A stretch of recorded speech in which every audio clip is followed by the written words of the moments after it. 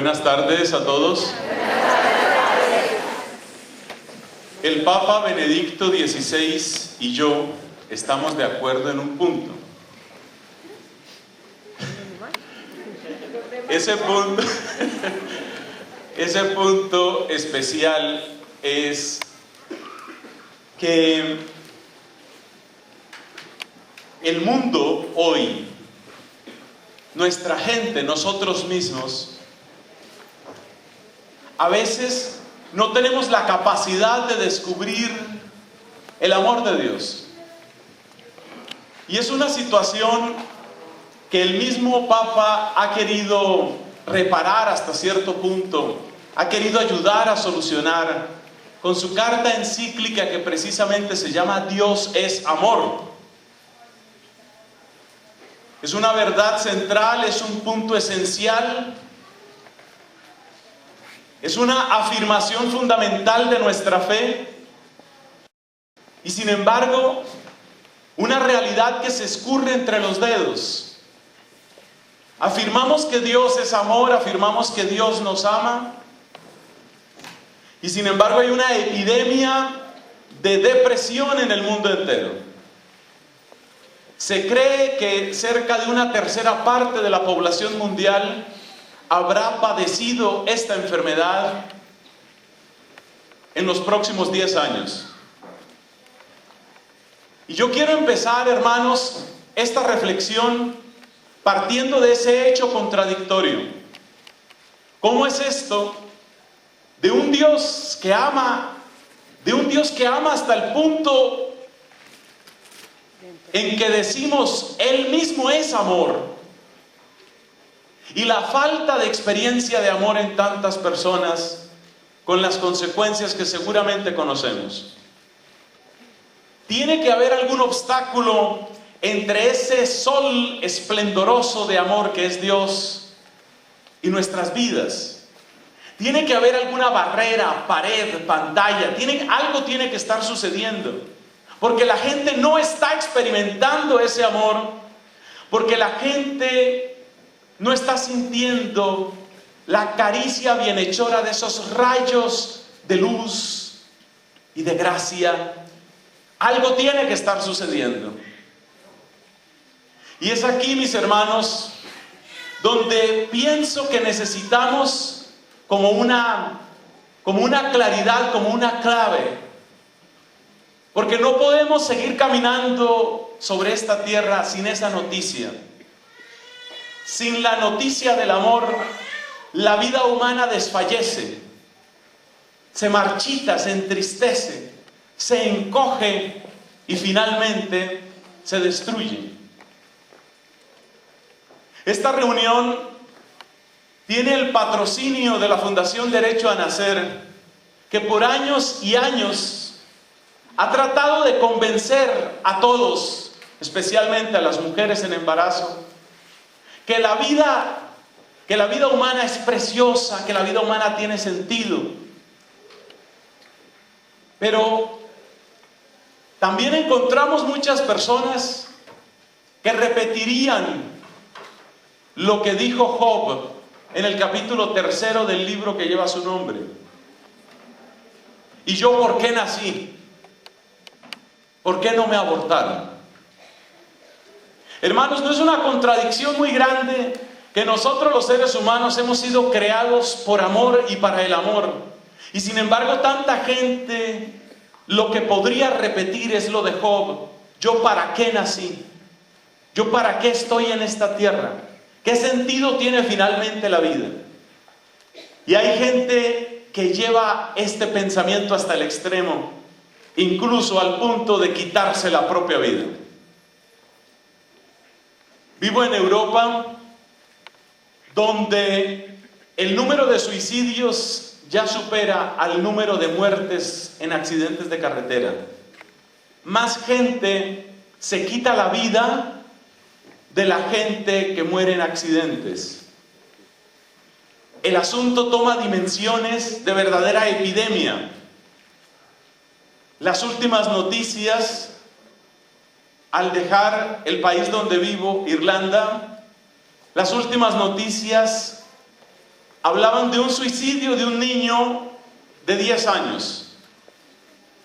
Noticias de esta clase son lamentablemente, no digo yo comunes, pero ya muy conocidas en otros países, como por ejemplo Japón.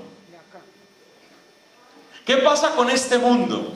¿Qué pasa con nuestros oídos que no logran percibir la canción del amor? ¿Qué pasa con nuestros ojos que se han vuelto ciegos a los atardeceres y las sonrisas? ¿Qué pasa con nuestros corazones que ya no se aceleran cuando escuchan la palabra amar o la palabra amor? ¿Qué pasa con nuestros brazos que parecen tan eficientes para hacer armas y tan pobres y tan torpes para levantar al que se cae? ¿Y qué pasa con esos mismos brazos que no saben entrelazarse con otros para formar un mensaje de ternura, un abrazo que levante?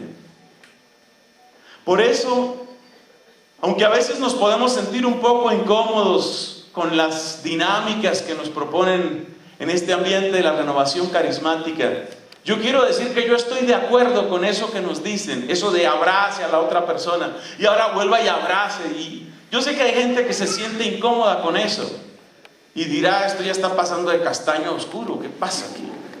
Tanto abrazo y abrazo. Tal vez tú has recibido una buena cuota de abrazos, pero hay personas que no tienen esa cuota.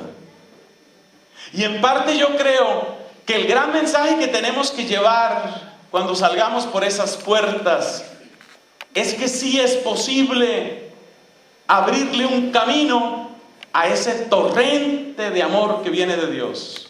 Sí podemos abrirle un camino. Sí podemos salir de la caverna.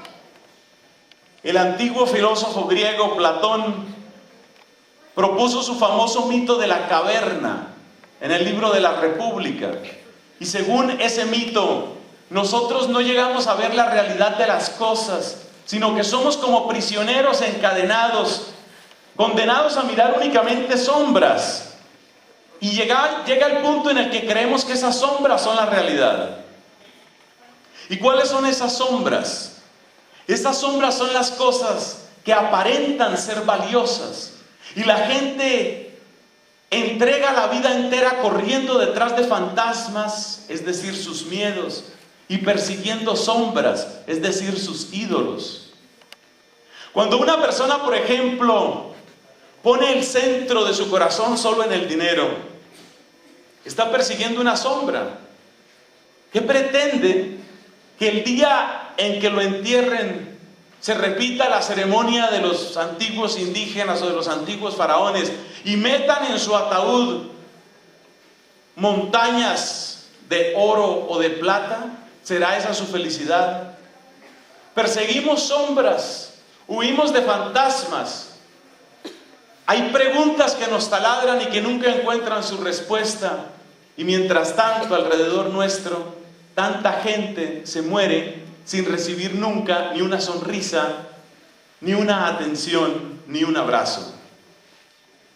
Tenemos que seguir la consigna del Papa Benedicto. Tenemos que predicar que Dios es amor. Tenemos que encontrar la manera de revelar el amor de Dios en un lenguaje que sea comprensible para la vida humana. Y me parece que aquí, para ir con un cierto orden, lo primero que hay que mencionar es el problema de los parlantes. No los parlantes de este teatro donde nos encontramos, porque creo que estos están funcionando bien, sino los parlantes es todos los mensajes que nos están diciendo lo que es el amor y que nos están diciendo lo que es amar. El gran problema que tenemos con la palabra amor es que tiene demasiadas definiciones, tiene demasiados maestros y por eso hay demasiada confusión. Cuando una persona piensa que la única experiencia de amor es el amor pasional, el amor de pareja, el amor de cama, cuando una persona piensa que esa es la única experiencia posible de amor, es evidente que su vida estará centrada en muy pocos momentos, en muy pocas personas. Es evidente que en esa clave no podrá encontrarse con las fuentes más profundas del amor. Y yo les pido a ustedes que en este momento traten de recordar conmigo una canción, una que salga en la radio, no Minuto de Dios ni Radio María, esas quedan excluidas. Cuéntenme ustedes una canción que hable de amor y que no sea amor de pareja. A ver, recordemos, esto es interactivo. A ver, quitamos las emisoras protestantes y católicas, quitemos las emisoras religiosas, pensemos en las emisoras comerciales. Y dígame, la palabra amor, ¿en qué momento queda asociada a algo que no sea el te amo de una pareja? A ver, ¿alguna canción? ¿Cuál? Esas son muy bellas, pero esas son religiosas, ¿cierto? Esas son religiosas, esas no las voy a encontrar en Caracol, ni las voy a encontrar en RCN. Cierto que a uno le toca pensar mucho, sí se encuentran, pero toca pensar bastante. A ver, haga el esfuerzo, repase sus CDs de boleros. Eso no, ahí no va a haber. Ahí no va a haber. Allá hay una mano levantada.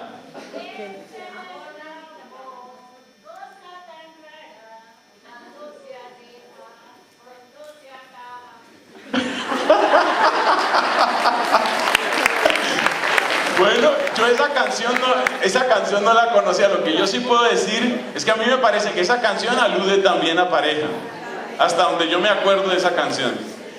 Si yo hago el esfuerzo, vamos a oír otra persona. ¿Tú qué dices?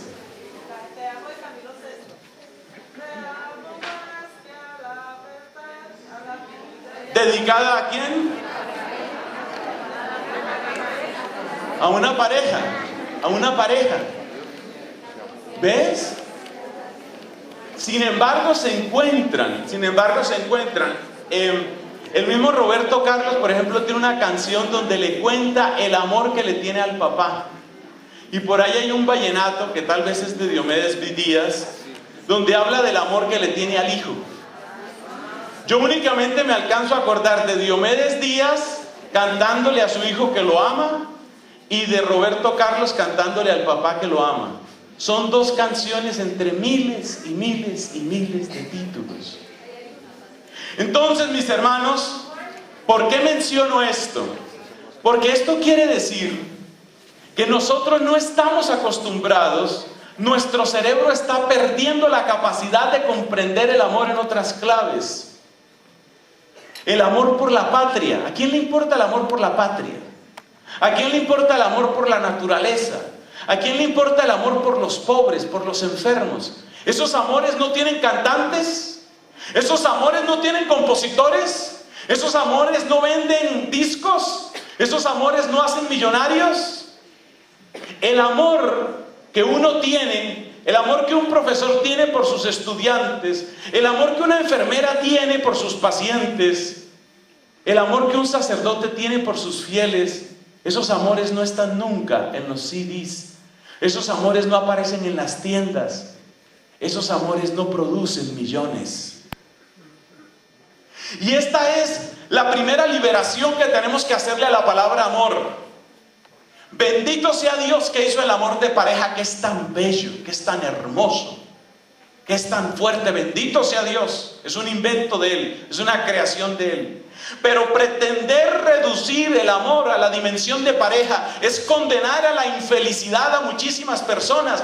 Porque cuando una enfermera se ha quedado viuda o se ha quedado soltera y pasa las noches tratando no solamente de dar la medicina a tiempo, sino dar una caricia, dar un consuelo, dar una sonrisa a ese paciente que tal vez ni se acordará que la enfermera hizo eso, esa mujer está amando, pero ella no tiene una canción que celebre ese amor.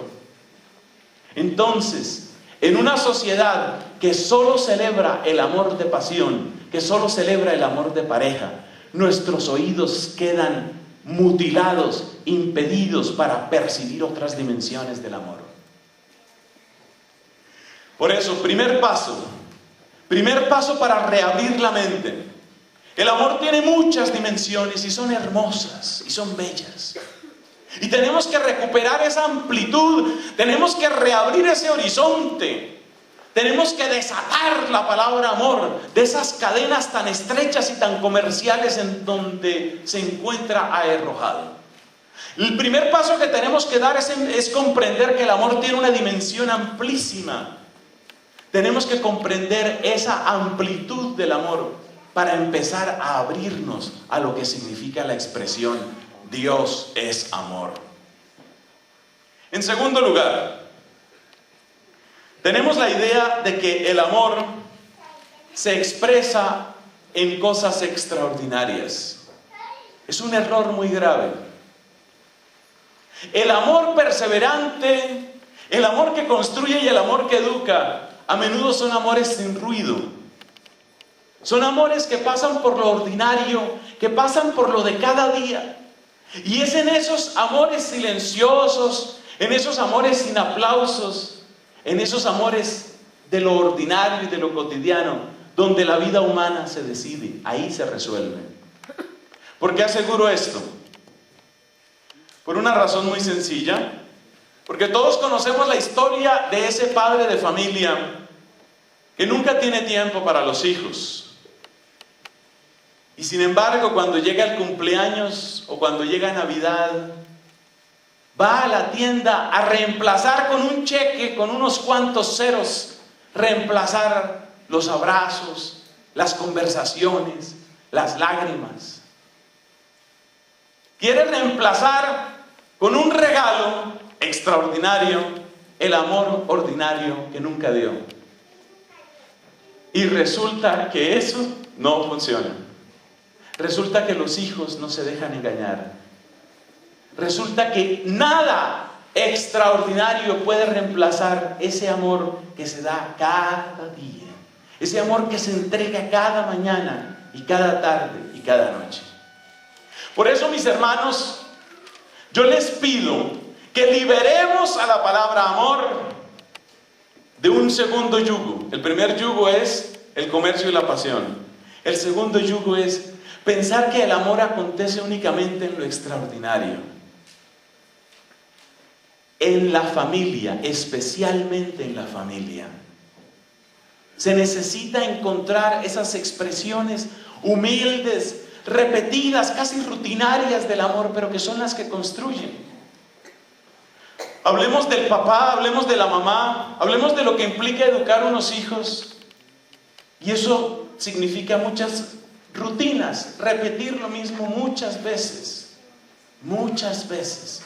Muchas veces salir uno de uno mismo para pensar en la otra persona. A ver cómo está mi hijo, a ver cómo está mi hija. ¿Se mejoró? ¿Está todavía enfermo? ¿Está preocupado? Ahora parece que está mejor.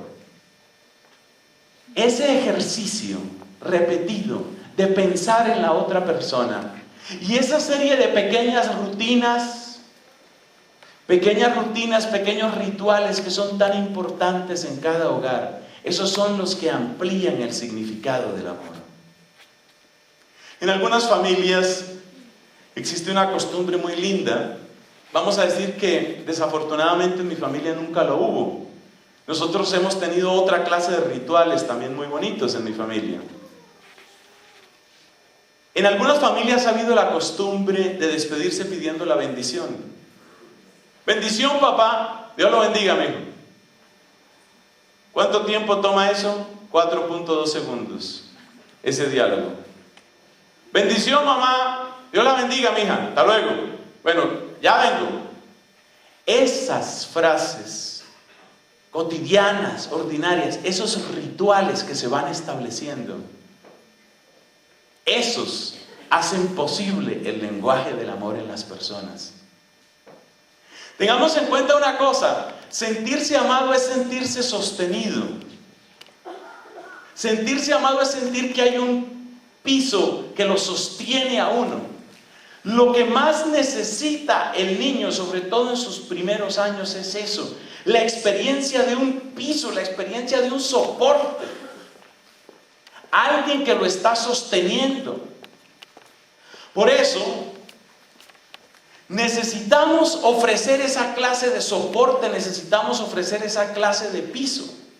Nosotros estamos esperando que llegue el amor extraordinario, no construimos los pequeños rituales. Ya he repetido varias veces esta palabra, que es importantísima. Porque lo extraordinario es lo que se sale del formato, es lo que se sale de lo esperado, mientras que lo ordinario es lo que sucede de acuerdo con un orden. Ahora, los psicólogos hablan mucho de la importancia de los rituales. ¿Qué es un ritual? Un ritual es una costumbre que se ha implantado dentro de un grupo de personas, por ejemplo, dentro de una familia, costumbre que permite un lenguaje de afecto entre los que participan. Por ejemplo, aquello del Dios lo bendiga mi hijo, Dios lo bendiga mi hija, ese es un ritual que dura 4.2 segundos. En ese ritual se expresa algo. Es un mensaje muy sencillo que consiste simplemente en: eres importante para mí. Hay que construir rituales. Hay muchos rituales en las familias. Si el hijo llega a casa y alguien, deseablemente la mamá, le ofrece con amor el alimento, y eso sucede no una vez en la vida, sino 5, 6 veces a la semana, 50, 52 semanas al año, durante 15 o 20 años, ese ritual repetido produce certeza de amor, produce un soporte. ¿Por qué son importantes los rituales? Porque los rituales nos permiten sentir que podemos esperar algo. Hay que construir rituales. Rituales es, por ejemplo, la manera de caminar juntos, el esposo o la esposa. Ese es un ritual también. La manera de caminar juntos. Por ejemplo, se toman de la mano, van caminando de la mano. Ahí lo importante no es la tremenda pasión que me da tomar tu mano. No hay una tremenda pasión. Habrá momentos de pasión seguramente, pero ese ir de la mano no es un lenguaje de pasión, pero es un pequeño mensaje de presencia. Es un pequeño y sencillo modo de decir: aquí estoy, aquí estoy, aquí estoy. Construyan rituales. Miren, hoy se le quiere vender a las parejas la idea de que el éxito en el matrimonio consiste en experiencias sublimes.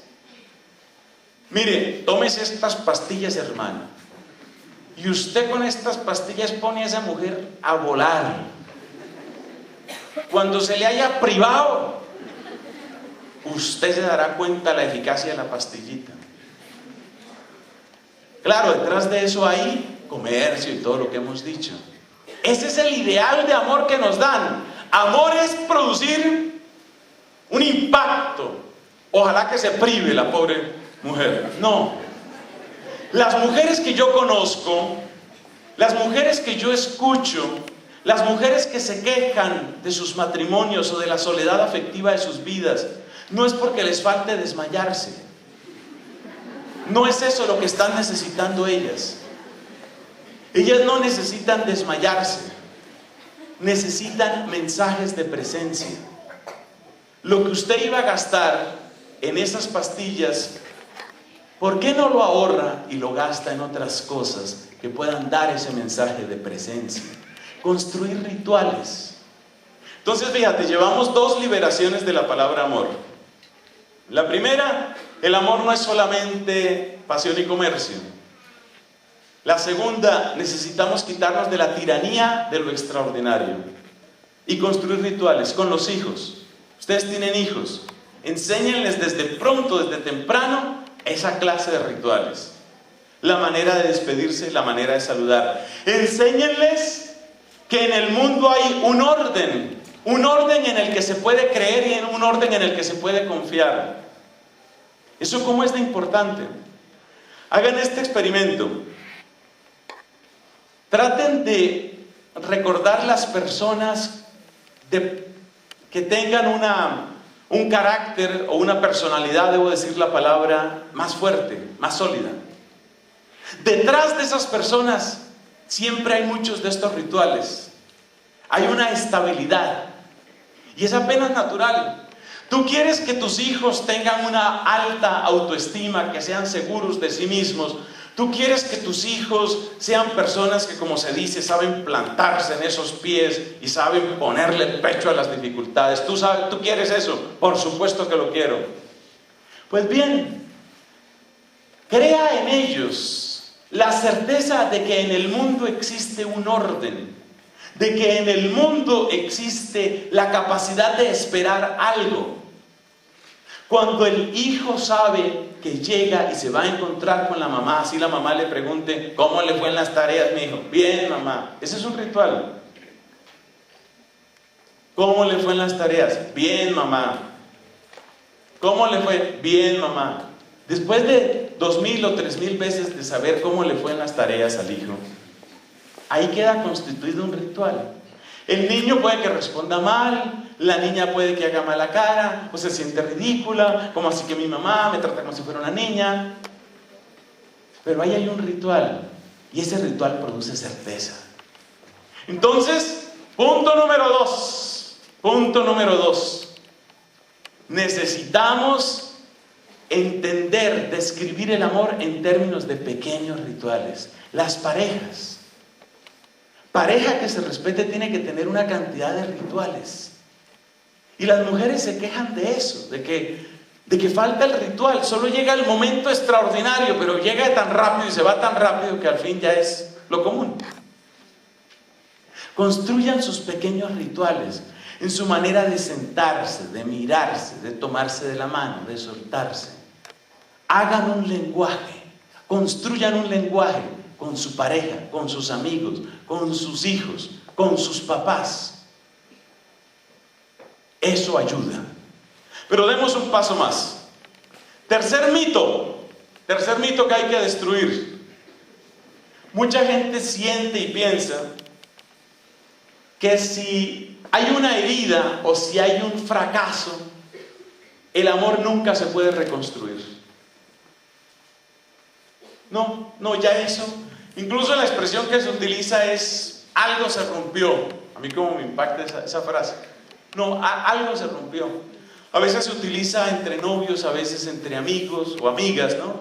No, ya me decepcioné, no, ya algo se rompió.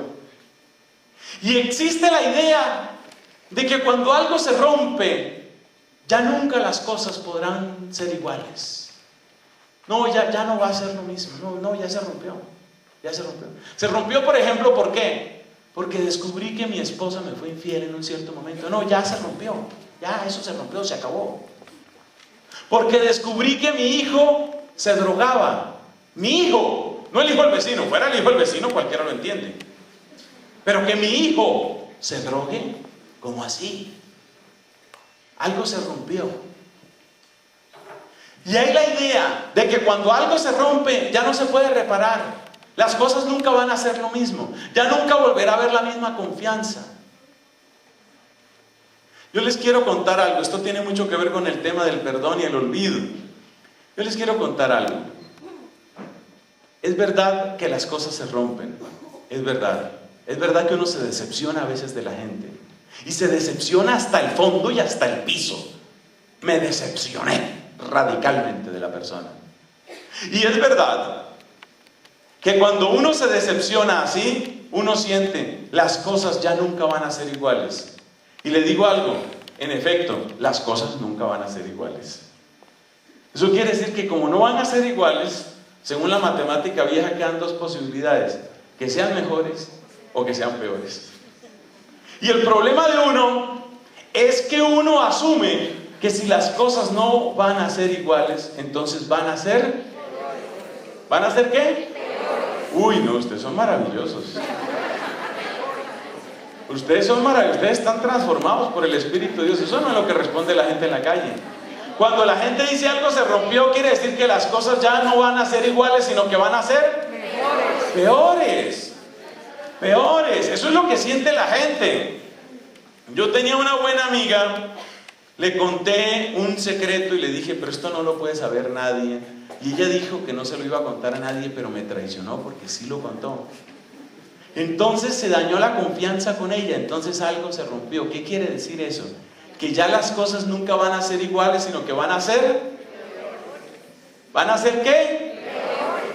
Regulares, mejores.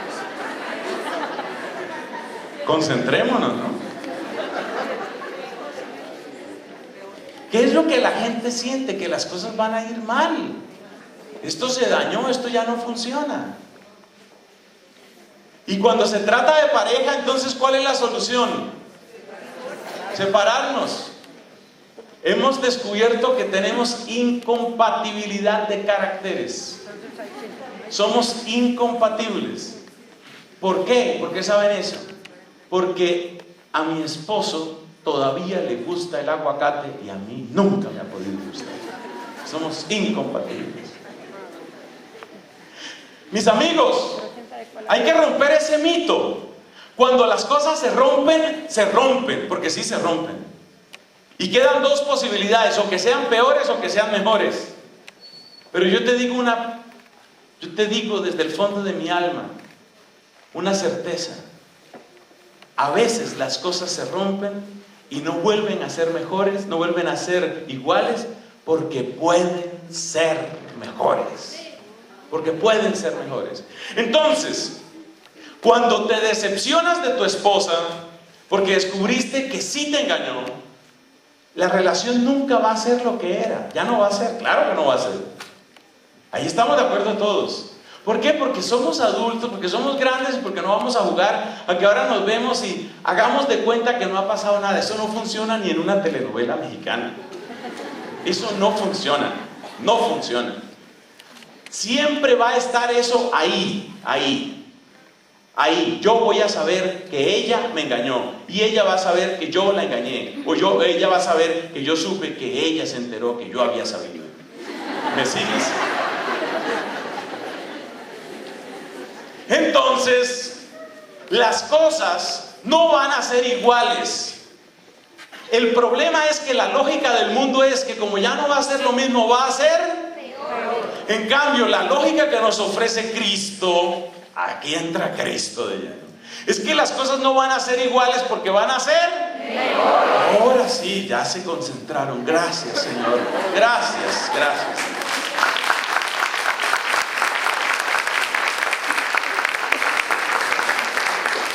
¿Y Cristo cómo lo hace? Le voy a decir cómo hace Cristo eso con un ejemplo bíblico. Cristo tenía un buen amigo llamado Pedro, que era pescador, apóstol suyo. Pedro se supone que era el hombre clave. Era el hombre clave, mano derecha, mancorna, incondicional, llavería, tal pa' cual. Estaban ahí, sintonía total. Cristo, Pedro, Pedro, Cristo. Se suponía eso. En un momento dado, Cristo le dijo a Pedro: tú eres la piedra. No me sacaste la piedra, sino tú eres la piedra. Y sobre ti se puede edificar la iglesia. Sobre ti voy a edificar mi iglesia, mi comunidad. Imagínate, Jesús, que echaba tan poquitos elogios, le dice semejante aflor a Pedro. Y resulta que Pedro, ustedes saben que Pedro dañó esa amistad. ¿Cómo la dañó? Pedro traicionó a Cristo. Traicionó a Cristo delante de los empleados y relacionados de la casa del sumo sacerdote. Traicionó a Cristo. ¿Cómo traicionó a Cristo? Le dijeron: oiga, usted es del mismo grupo del Jesús de Nazaret. Y Pedro se puso a blasfemar y decir: ni lo conozco, yo no sé quién será ese señor. Negó a su amigo, negó a su llavería, negó al que estaba, perfecta conexión con él, lo negó. En ese momento, Cristo se acordó que en el cumpleaños de Pedro le había mandado una tarjeta de Timoteo: nunca cambies.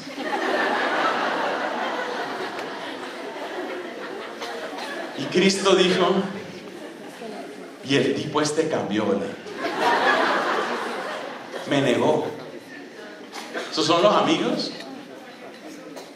¿Sí? ¿Para qué? ¿Esos son los amigos? ¿Ah? Esos eran los enemigos. Y me negó, y que no me conocía.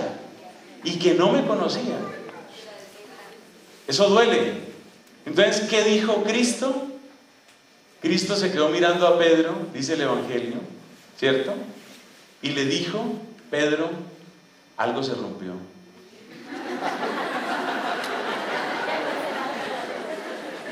Algo se rompió, Pedro, algo se rompió. Es decir, esa no es manera de tratar a los amigos, Pedro.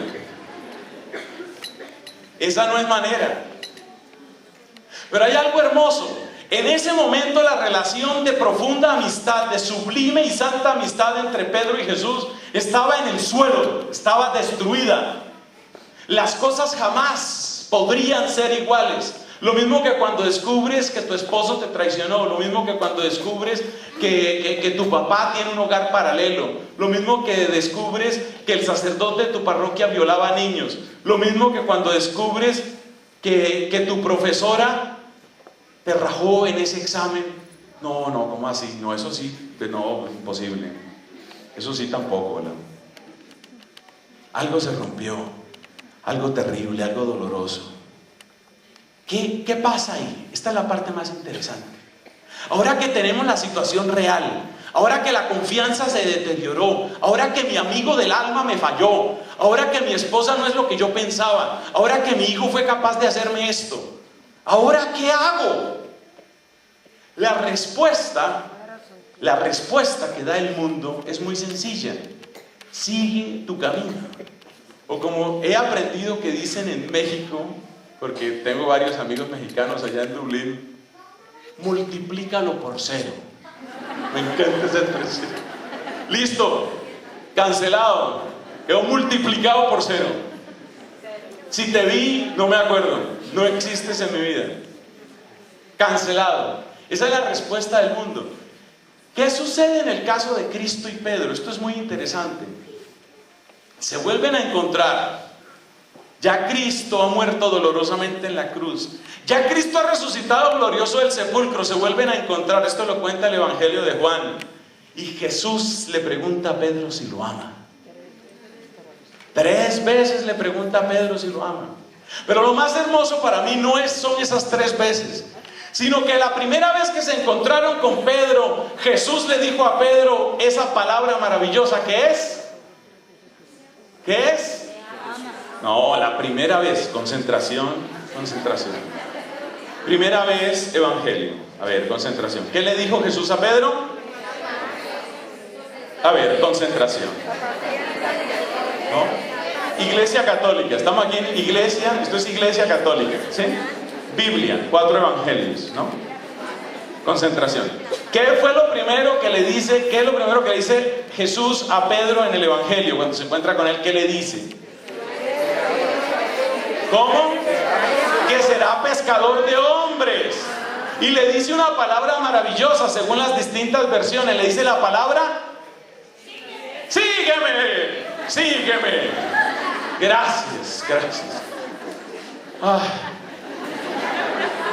Sígueme. Cuando Jesús se vuelve a encontrar con Pedro después de que todo se había roto, ¿qué le dice Jesús a Pedro? Después le pregunta que si lo ama. Pedro le dice que sí. Pedro está así un poco achicopalado, ¿no? ¿Cómo se dirá achantado, achicopalado en griego? No sé, pero así es como estaba Pedro. Estaba así como, ¿y yo qué cara pongo? ¿Y aquí yo qué hago? ¿No? Se sentía muy mal. Y Jesús le dice a Pedro si lo ama, y después le dice la palabra maravillosa. Jesús le dice a Pedro, ¿qué? ¿Le dice qué? Tú lo sabes todo.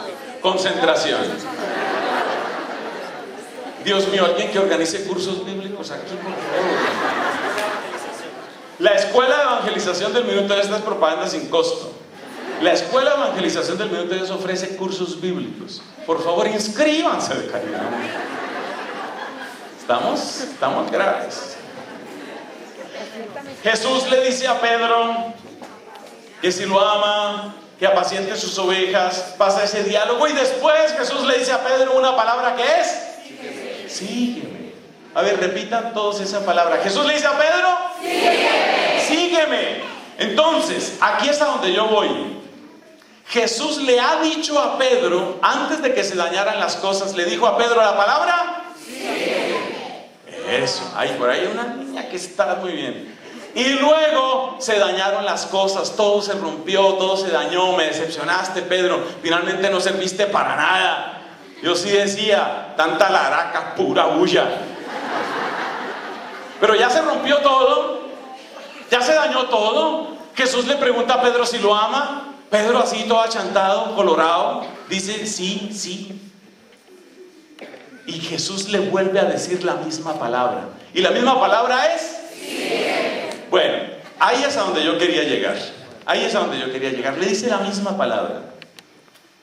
La misma palabra que ahora significa algo infinitamente mayor. Infinitamente mayor. Porque todo se había roto. Entonces es lo mismo, pero es mucho más que lo mismo. Le dice la misma palabra, pero ya no es la misma palabra. Ya no es la misma palabra.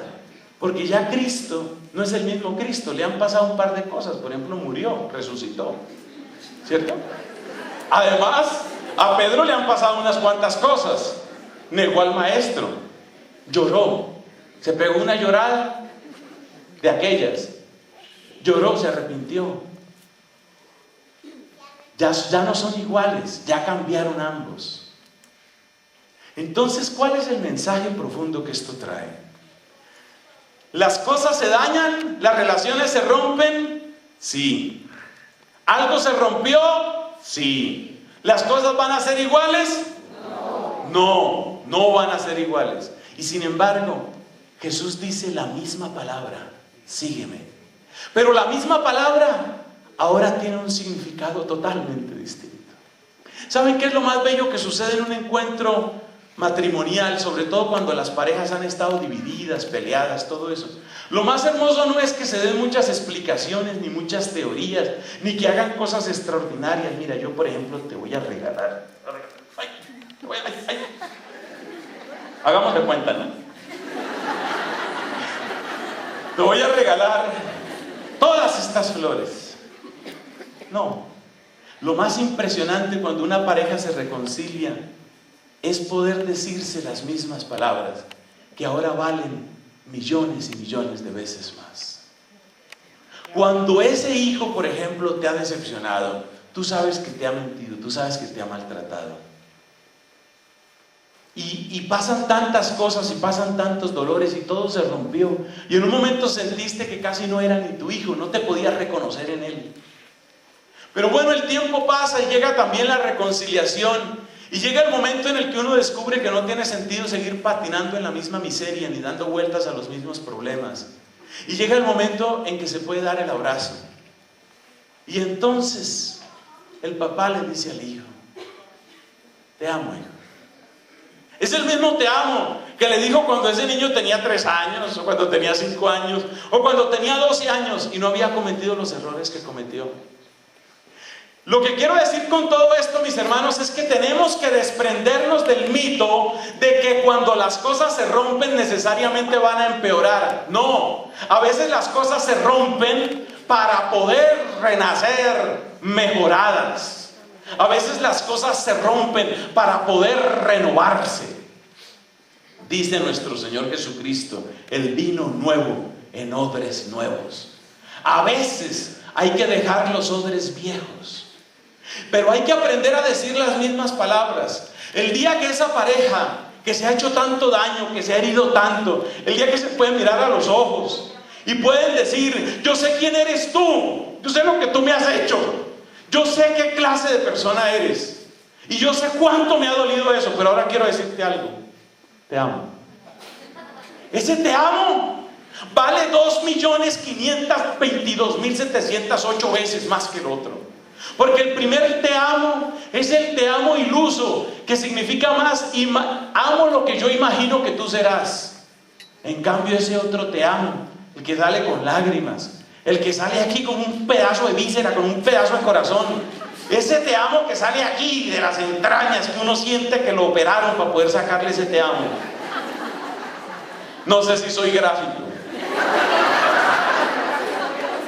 Ese te amo que sale de aquí de adentro. Ese te amo que duele. Decía la Madre Teresa de Calcuta: es que hay que amar hasta que duela, ¿no? Ese te amo que te sale de aquí. Ese te amo vale 2 millones no sé cuántas veces más. Porque ahora no es amo lo que yo imagino que tú serás, sino ahora amo lo que tú eres, porque yo sé lo que tú eres. Y eso que eres, eso amo. Ese es el amor que salva gente. Amor maduro. Ese es el amor que salva las vidas. Entonces, el amor de Dios en la vida humana, hay que ir quitando mitos. Mitos, ¿como cuáles? Hay que quitar el mito de que solo el amor es pasión. Hay que quitar el mito de que el amor solo existe en las cosas extraordinarias, las que impactan, las que dejan con la boca abierta. Y hay que quitar el mito de que cuando las cosas se rompen van a empeorar. Hay cosas que se rompen para mejorar. Y yo no puedo aquí menos que recordar un ejemplo más con ustedes. La famosa parábola del hijo pródigo. Ese papá perdió a ese hijo, ¿cierto? Cuando ese hijo estaba por allá, ¿qué podía decir ese papá? Algo se rompió. Claro que se rompió. Entre otras cosas se rompió. Entre otras cosas se rompió el patrimonio, ¿no? Porque el bendito muchacho ese acabó con todo. Algo se rompió. Y hay que ser realistas. El amor cristiano, mis hermanos, no es un amor de ilusión, no es un amor de hagamos de cuenta que. No. Hagamos de cuenta que aquí no ha pasado nada. Sí ha pasado. Pero cuando volvió ese hijo, cuando llega ese abrazo, yo no sé si ese papá le había dado un abrazo a ese hijo, pero lo que puedo decir es que si se lo había dado, jamás fue un abrazo que dijera tanto amor como ese abrazo del retorno. A veces las cosas tienen que romperse para renovarse. Los que están tomando apuntes, que son unos pocos con el papel húmedo en lágrimas, escriban por favor esa frase que les va a servir. A veces las cosas tienen que romperse para renovarse. Y eso es verdad. Y nosotros los católicos sí que creemos en eso. Nosotros los católicos sí que creemos, por ejemplo, en el poder de la confesión. Y dice el Salmo 119, me estuvo bien el sufrir, así aprendí tus justos mandamientos. Hermanos, no lloremos únicamente por las cosas que se rompen. A veces, detrás de eso que se ha roto, hay algo hermoso que promete nacer. Entonces llevamos 3 puntos que hay que quitar, engaños sobre el amor. Pero hay un punto más. Hay un extraño matrimonio que se ha hecho, un matrimonio tramposo que se ha hecho entre el amor y el orgullo. Y resulta que el amor y el orgullo no caben en el mismo corazón, no funciona. Simplemente no funciona. El amor requiere, vamos a decirlo en positivo para las personas que están tomando sus apuntes, el amor conoce muy bien 3 frases difíciles de decir. Y esas 3 frases son: me equivoqué, necesito ayuda y eso no lo sé, tengo que aprenderlo. Esas son 3 frases que van directo al pecho del orgullo. Es muy difícil decir uno, me equivoqué. Es muy, muy difícil decir uno, necesito ayuda. Y es muy, muy difícil decir uno, la verdad eso no lo sé, tengo que averiguar, tengo que aprender. ¿Y por qué son difíciles esas 3 frases? Son muy difíciles porque cuando yo digo me equivoqué, temo que eso me lo vayan a restregar en el futuro, que vaya a ser usado en mi contra, que vaya a perder esa imagen de ser perfecto, coherente, que yo quería tener. Esa imagen se destruye. Y la imagen de necesito ayuda ataca el orgullo con el que yo pretendía ser fuerte. Y fíjese usted que el modelo que nos quieren presentar, el modelo de amor o el modelo del éxito o el modelo del poder que nos quieren presentar, es la persona que está siempre así de hierro, duro de matar. Ese es duro de matar. Él aguanta y resiste y es de acero y se sostiene porque él tiene su plan, porque él tiene su idea. Nosotros como creyentes hemos aprendido que esas 3 frases son muy necesarias. ¿Saben que yo he visto matrimonios destruirse porque uno de los dos o los dos no fueron capaces de decir, ¿sabes qué? Me equivoqué. Una frase así puede destruir una vida o varias vidas. Una frase así puede destruir la confianza o la reputación de un profesor. Una frase así es la que mucha gente está esperando que el sacerdote diga. Yo les quiero contar una cosa. Mi experiencia en Irlanda ha sido de mucha bendición. Yo agradezco al Señor. Pero también ha sido una experiencia muy dura porque la Iglesia Católica en Irlanda está aprendiendo con lágrimas y con sangre a decir estas frases. Aprendiendo a decir, me equivoqué. Porque se han destapado una cantidad de escándalos de sacerdotes, sobre todo los más dolorosos, los que implican menores de edad, hombres y mujeres. Y eso duele demasiado, con toda la razón del mundo, eso duele demasiado en la sociedad, eso impacta demasiado. Y la Iglesia Católica en Irlanda, que ha tenido muchas virtudes, pero que también ha sido muy arrogante, y me perdonan, pero esa es la realidad, esa es la verdad, ha tenido que aprender a decir, nos equivocamos. ¿Saben qué? Disculpen. El amor necesita de la humildad. El amor necesita ser custodiado por la humildad. Y el amor se asfixia en medio del orgullo. Tú quieres que tu amor dure para los próximos 10, 20, 30 años. Descubre que necesitas aprenderte bien esas 3 frases. Me permito repetírtelas. Me equivoqué. Necesito ayuda. Y eso no lo sé, porque uno quiere saberlo todo. Por ejemplo, los colombianos somos expertos en todos los temas. Creo que somos una raza privilegiada. Creo que no hay otro pueblo como Colombia. Oiga, yo no me he encontrado al primer colombiano que uno le haga una pregunta sobre temas abstrusos y la persona diga, oiga, realmente no, yo no sé de eso. ¿Usted cree que realmente la llamada parapolítica ha infestado el Congreso de la República hasta el punto de que debería revocarse el mandato a los congresistas? Bueno, yo pido, ya la persona empieza a hacer... Oye, esa pregunta es complejísima. Es complejísima. Por lo pronto, representaría años de investigaciones jurídicas establecer la verdad de muchas cosas. Pero los colombianos somos expertos en todo. Nosotros sabemos de todo. Sabemos de política, sabemos de economía, ingeniería. ¿Usted no le ha pasado, por ejemplo, que tiene una gripa?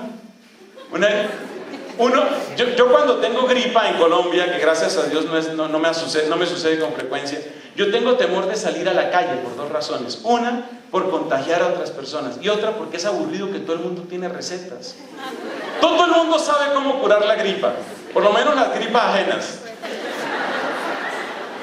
¿Sale uno a la calle? ¿No?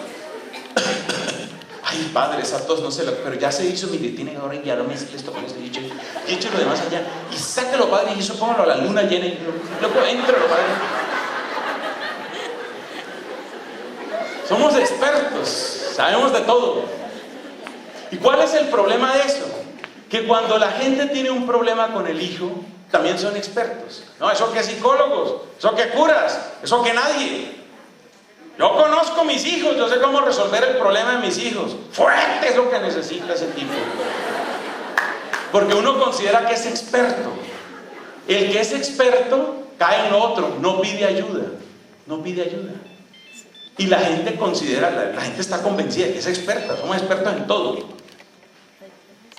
Deberíamos aprender tantas cosas, tantas, de delicadeza, de afecto, de lenguaje, tantas cosas que tendríamos que aprender.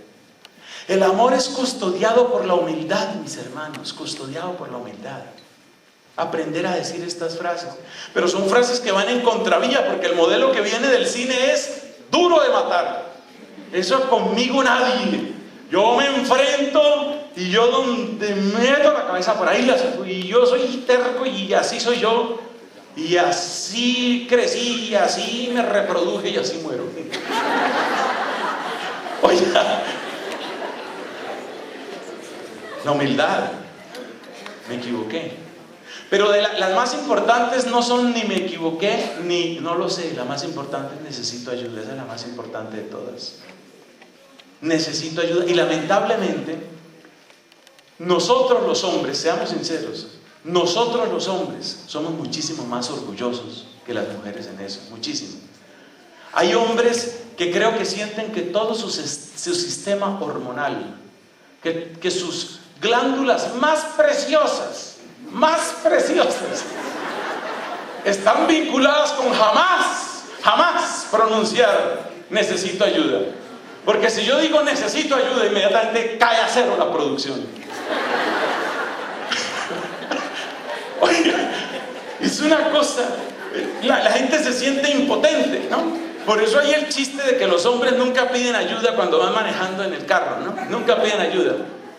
Y dice la pobre esposa que ya no sabe cómo dulcificar más la voz: mijito, mi amorcito cuchis, ¿no será bueno como preguntarle a la gente? Deje, yo ya me ubiqué, deje.